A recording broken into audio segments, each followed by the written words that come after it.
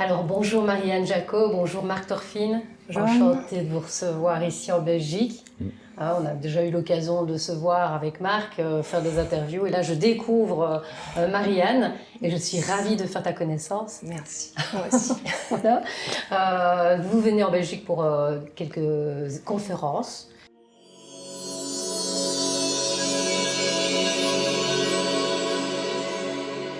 Vous allez donner dans la région liégeoise et entre autres du côté de Bruxelles. Alors on va faire un peu connaissance avec toi aujourd'hui puisque on n'a pas eu l'occasion encore de se présenter. C'est vrai. Donc Marianne, qu'est-ce que tu fais toi personnellement au niveau de ton expérience, au niveau au sein des conférences avec Marc?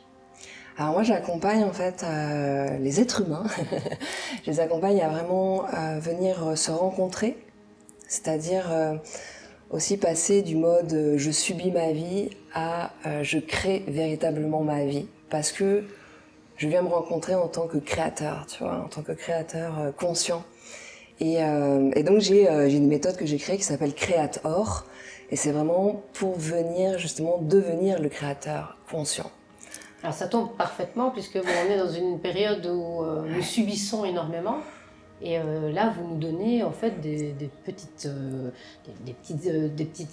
anecdotes ou des petites expériences pour pouvoir mettre en place cet esprit créateur. Ouais, c'est vraiment des clés en fait, hein, des clés de conscience, des nouveaux codes, tu vois, c'est vraiment ok. En fait, ça suffit les codes de souffrance. Aujourd'hui, on passe à autre chose. Et on peut, voilà, c'est vraiment rendre accessible au plus grand nombre, tu vois, les codes de l'illimité. C'est quoi les codes de l'illimité? Et se rappeler, en fait, tout simplement, tu vois, se rappeler de qui on est, de cet être illimité qu'on est. Alors, tu fonctionnes comment? Comment ça se passe quand on a une consultation avec toi? Ah. Alors, quand on a une consultation, alors déjà, moi, c'est un programme, c'est vraiment sur 3 mois que j'accompagne les personnes de manière individuelle. Et après, j'ai des formats d'immersion multidimensionnelle où là, j'accompagne des groupes, tu vois. Et des conférences, voilà, là, on va donc œuvrer avec Marc sur des formats conférences et formats ateliers immersifs. Moi, c'est vrai que je vais œuvrer sur la conscientisation. En fait, il y a vraiment 3 piliers. C'est la conscientisation, auquel je conscientise c'est quoi mes blocages, c'est quoi mes freins aujourd'hui. Ensuite, on vient dans la rencontre de nos mémoires. Alors moi, je parle aussi de transmutation, c'est-à-dire que véritablement, en fait, je vais naviguer en fait dans l'inconscient. On va vraiment prendre conscience de son inconscient et on va aller voir toutes ces mémoires qui sont ancrées, cristallisées dans notre corps. Donc les mémoires transgénérationnelles, les mémoires karmiques, tous les chocs émotionnels qu'on a pu avoir tout au long de notre vie. Et là, on vient vraiment rencontrer toutes ces parts blessées. Alors, est-ce qu'on les revit? Parce que ça, c'est quand même un peu, tu sais, ça fait peur. Hein, donc, est-ce qu'on est obligé de revivre ces traumas? Alors justement, moi avec ma méthode, on ne revit pas. On va se rencontrer, c'est-à-dire qu'on peut avoir les émotions, mais on va pas avoir la souffrance, tu vois, qu'on a vécue. Donc, et c'est très doux, et c'est surtout très simple et très rapide. Et j'agis au niveau cellulaire, donc tu vois, on va vraiment au niveau mental, au niveau émotionnel, et au niveau cellulaire, au niveau du corps. Et là, j'agis au niveau des fascias, pour aller défiger tout ce qui a été figé, tendu. Voilà. Donc en fait, on a des chocs qui s'impriment dans le corps, c'est ça? Exactement. En fait, tu as des chocs émotionnels. Lors de chocs émotionnels, lors de traumatismes, qu'est-ce qui se passe? On a une dissociation qui se fait parce que, heureusement, d'ailleurs, notre cerveau nous protège. On a tout un mécanisme de protection, de système de protection, qui vont faire que on va avoir ces parts qui ont eu ce choc, qui vont se dissocier du corps. Ok. Donc moi, avec la médecine du recouvrement d'âme, on va aller rechercher ces fragments, ce que j'appelle les parts blessées, ou des morceaux de toi. Tu vois, qui aurait pu être perdu lors d'une relation, bien sûr, d'un choc. Bien sûr, tout choc en fait, tout choc émotionnel, ou grand stress, tu vois, des grands stress que tu as pu avoir, on en a tous eu. Hein. Déjà au démarrage de la naissance. Tu as l'air de dire que c'est immédiat. Alors, je veux dire, quoi, dans un claquement de doigts, tu peux dire que ta vie peut changer du jour au lendemain. Ouais, claquement de doigts, ouais, vraiment. En fait, c'est une décision que tu prends. Une décision de toi à toi, véritablement. Tu te dis, ouais, qu'il y a autre chose qui est possible, tu vois. Les méthodes que tu utilises, donc tu vas rassembler un certain nombre de méthodes différentes. Ouais, j'ai beaucoup d'outils, donc notamment la respiration consciente qui est le breathwork et la médecine du recouvrement d'âme, où là je vais aller vraiment rechercher les fragments, okay, que je viens de parler, les parts blessées, etc. Et puis après j'ai de la kinésiologie, la PNL, enfin il y a beaucoup, hein, parce que j'œuvre depuis longtemps. Mais voilà, et j'œuvre en multidimensionnel aussi. Multidimensionnel, ça veut dire quoi?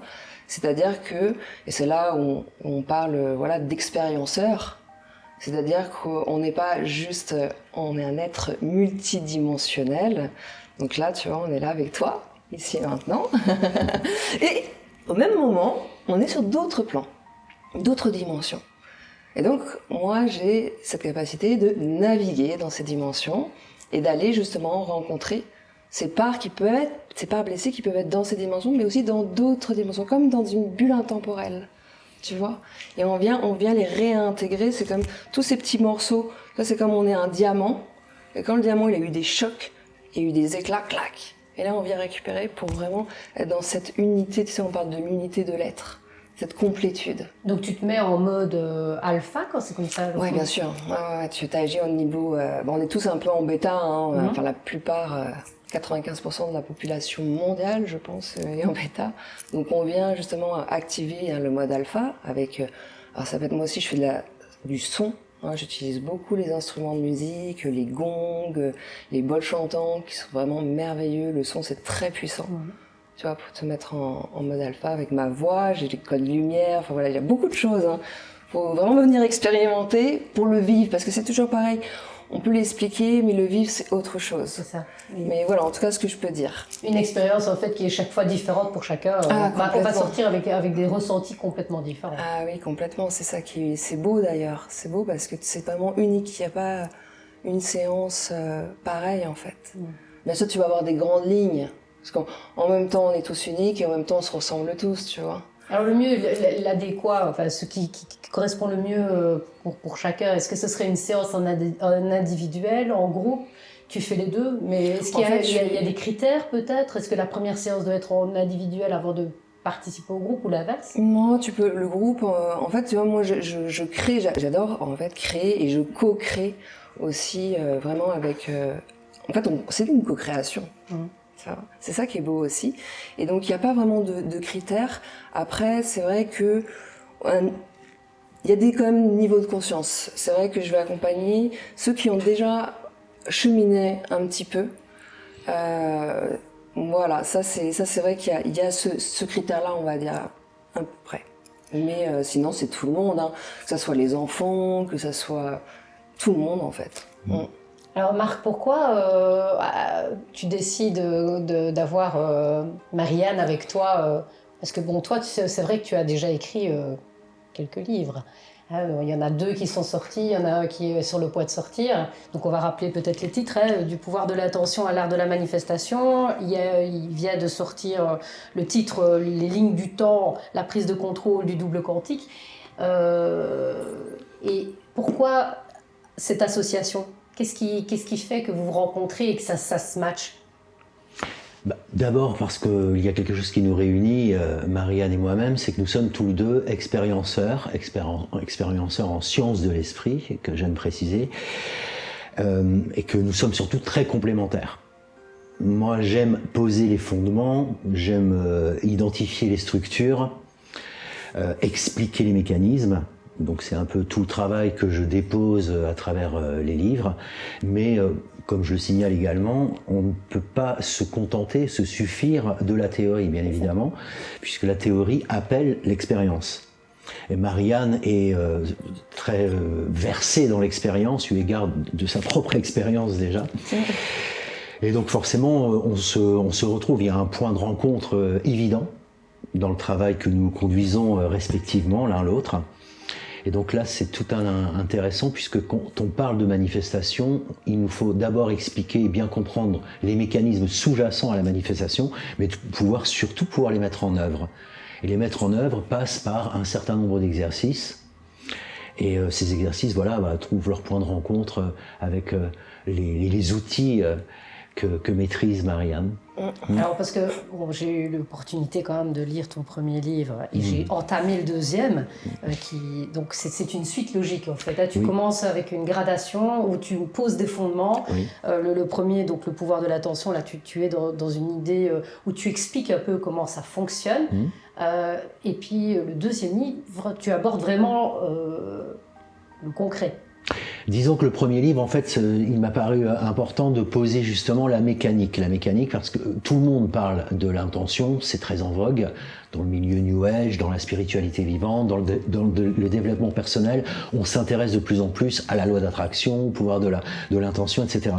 Mais malheureusement, on ne fait jamais vraiment cas du mécanisme interne qui conduit l'intention vers sa manifestation.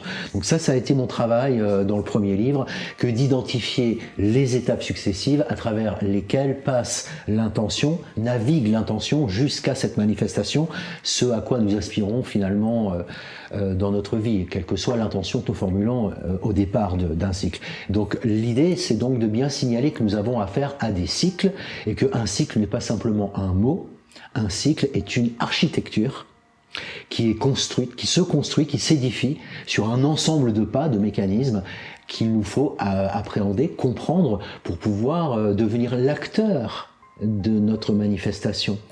On n'est pas seulement l'acteur parce que l'on désire ou l'on aspire à quelque chose, on est l'acteur du début jusqu'à la fin. Et encore faut-il pouvoir comprendre sur quel terrain agit notre intention.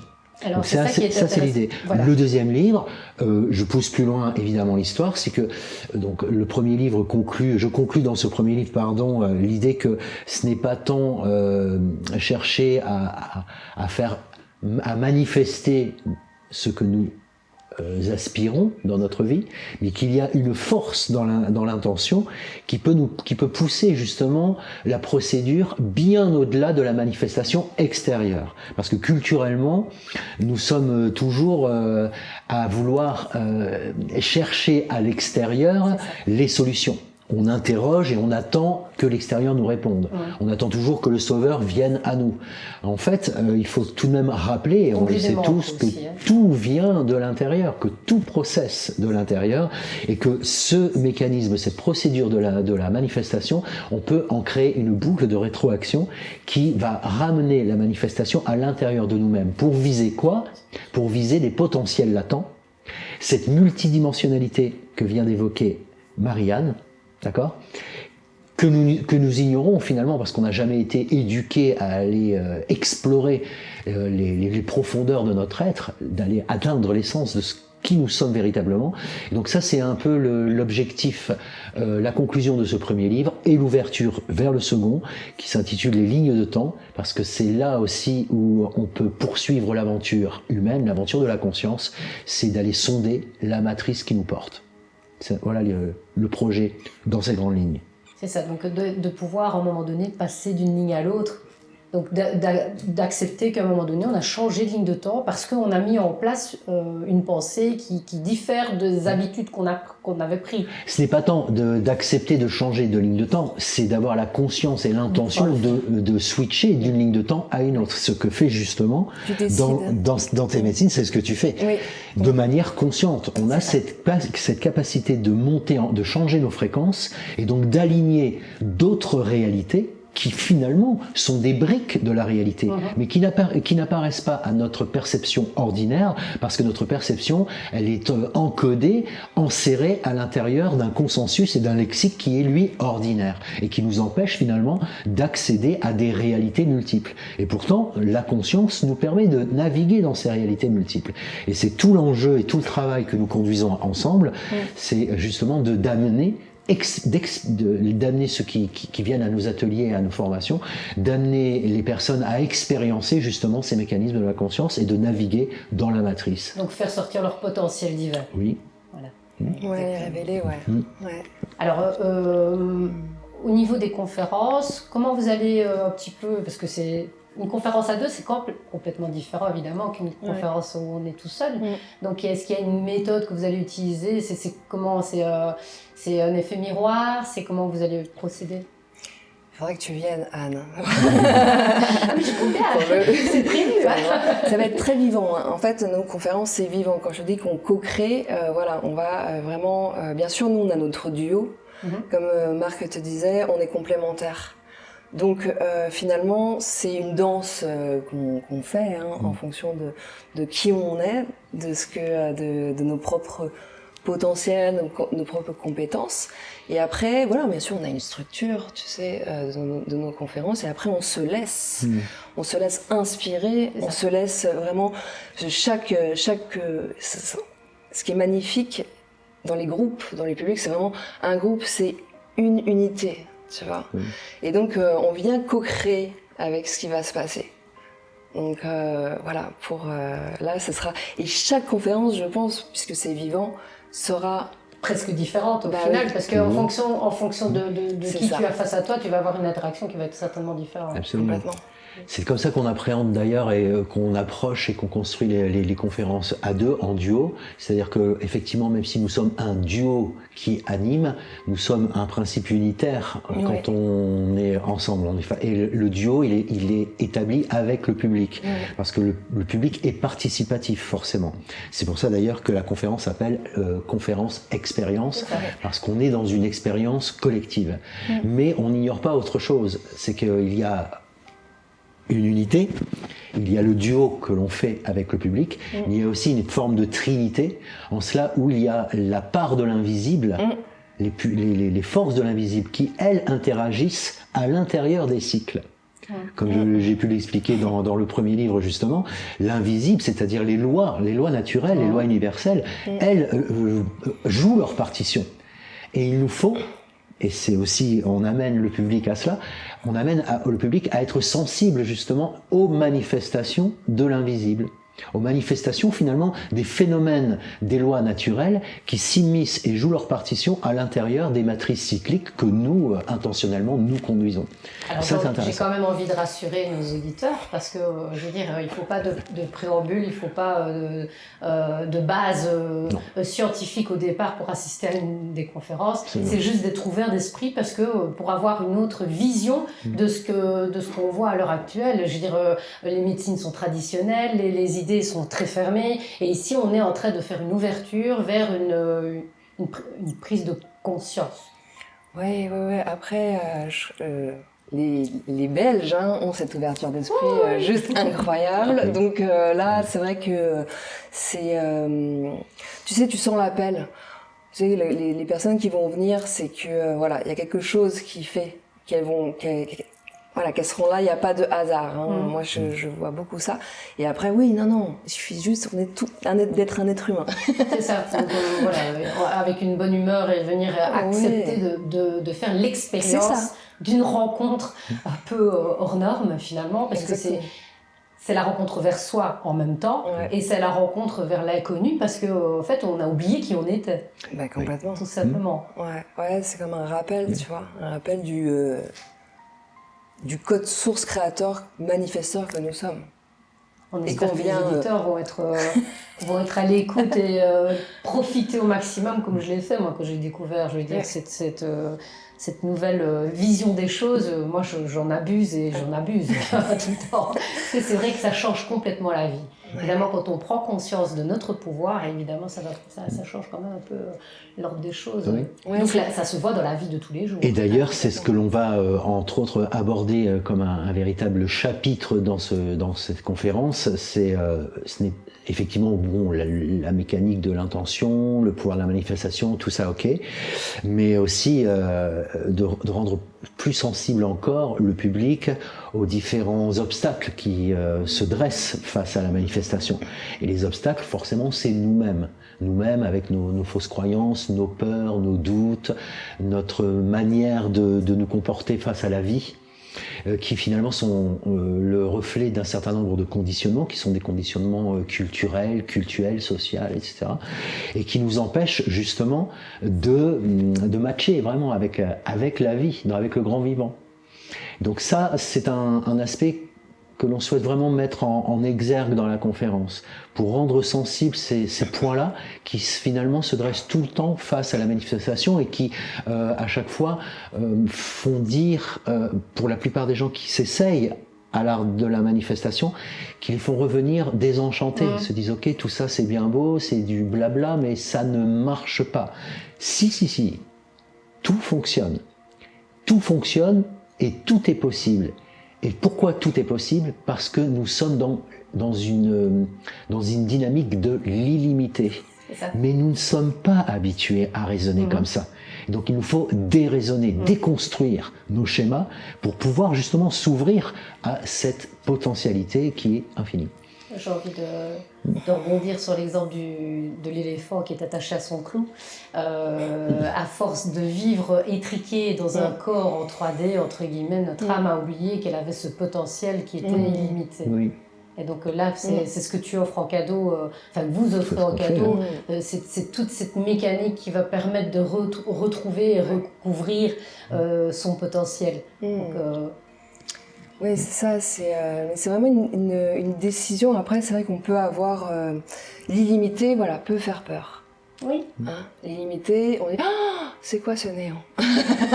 Il me faut mes repères. Oui. C'est ça. Voilà, c'est trop grand.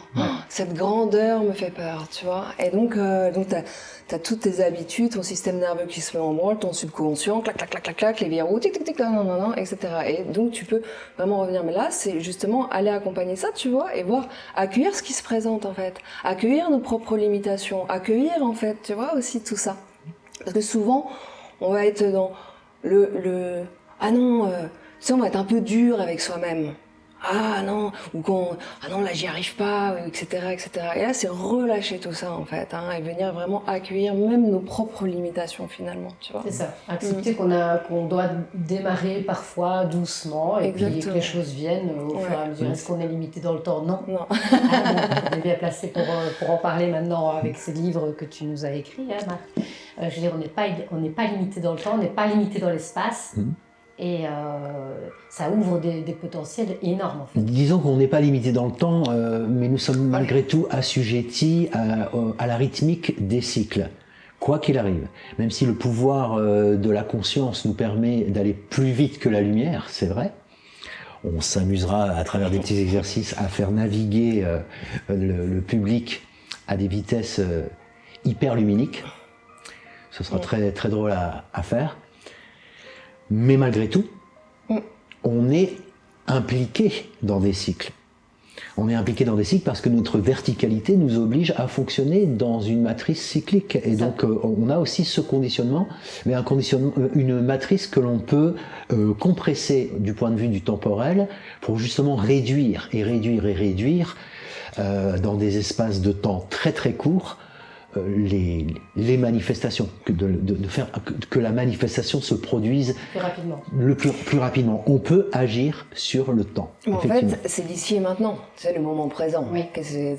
Voilà, le moment présent, l'ici et maintenant, c'est là où tu passes justement en mode onde bêta, onde alpha. C'est là où tu passes de l'électromagnétique au champ justement de tous les possibles, tu vois, et c'est que dans le moment présent que tu peux faire. C'est pour ça que ça s'appelle le moment présent, c'est ici et maintenant, là, tu vois, donc ça se fait très rapidement aussi. Donc c'est un outil en fait pour permettre aux gens de profiter pleinement de leur matérialité ici, aujourd'hui, de pouvoir profiter de la vie pleinement, de pouvoir voir d'autres possibilités, ne pas dire qu'on est restreint à subir une vie, on est acteur vraiment conscient de ce qu'on va mettre en place. C'est se responsabiliser, c'est être de la responsabilité pour être dans l'esprit créateur. Bien sûr. Mais complètement, c'était à 100% responsable. Et c'est là où je te dirais, tu vois, qu'il n'y a plus de maladie en fait. C'est quand tu changes complètement de regard. La seule maladie qu'il pourrait avoir, c'est de croire, c'est l'illusion que nous sommes séparés de la source. C'est ça. Donc ça, c'est une nouvelle étape, un nouveau conditionnement qu'on doit déconstruire et reconstruire un nouveau conditionnement. C'est ça, exactement. Eh ben, on a nos ateliers immersifs aussi. Donc il y a les conférences et le dimanche 26. Et 28. C'est dimanche. C'est chaque fois de la semaine, donc à la fin de la semaine de vos conférences. Non, c'est le dimanche 26 et le vendredi 31 octobre où on va faire des ateliers immersifs justement dans la continuité de notre conférence pour aller beaucoup plus loin pour les personnes qui veulent vraiment aller en profondeur. Tu vois. Donc voilà, atelier immersif, tous expérienceurs. Voilà, donc le but du jeu, ce serait en fait d'initier petit à petit les gens, au fur et à mesure, à prendre l'habitude d'avoir prendre une nouvelle habitude de vie, en gérant son potentiel. Voilà, c'est des shifts. En fait, on va amener les personnes à le vivre, tu vois. Et quand tu le vis dans ton corps, tu l'ancres. Et c'est vraiment... on bascule. En fait, on va leur faire vivre des bascules de réalité. C'est ça. Tu vois, c'est vraiment... On shift de réalité. Et c'est ça qu'on va leur faire expérimenter. Et tu disais aussi tout à l'heure, Anne, que c'est vrai, chacun, quand il atteint cette maîtrise, peut changer sa vie, oui, mais il y a un enjeu supérieur à cela.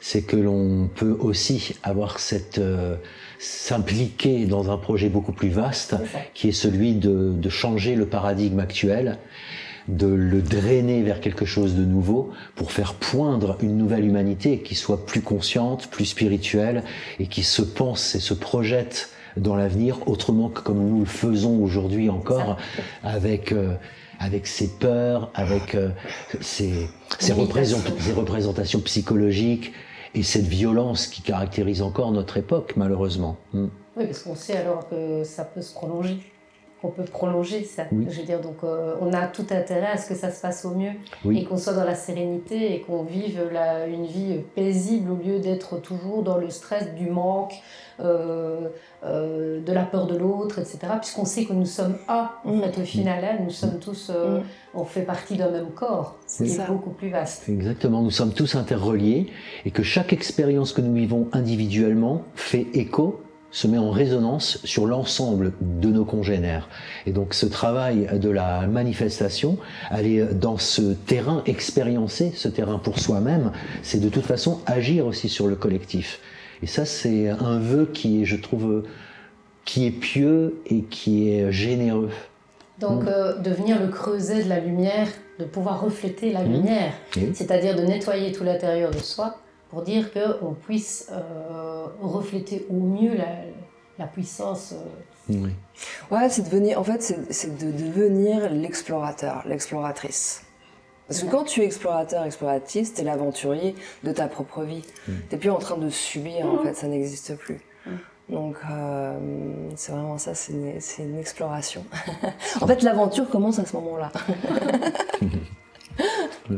Merci beaucoup. Merci à toi.